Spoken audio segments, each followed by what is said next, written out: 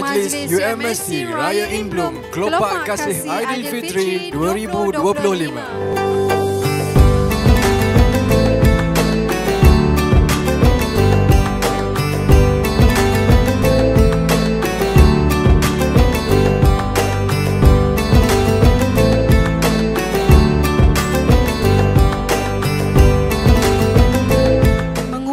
Ketibaan yang berbahagia Datuk Zulkarnain Mat Yusof, Pengerusi Specialist Center, diiringi Div-Div Kehormat dan pengurusan tertinggi UMSC.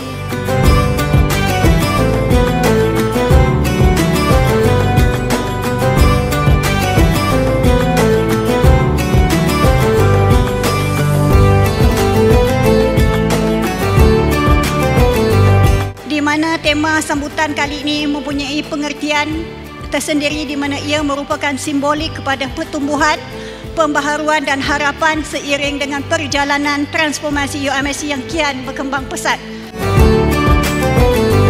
InsyaAllah apabila kelulusan diberikan pada waktu yang terdekat, kita akan memaklumkan secara rasminya dan kita berharap pada tahun ini kita akan laksanakan upacara pecah tanah membangunkan bangunan hospital UMSC.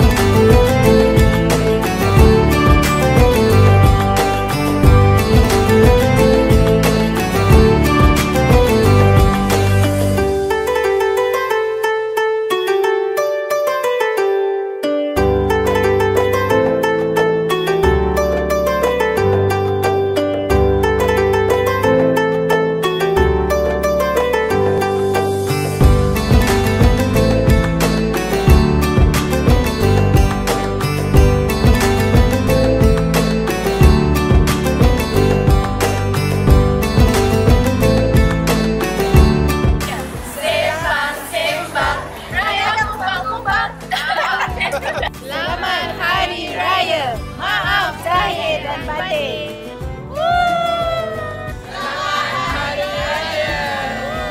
Selamat Hari Raya Aidilfitri.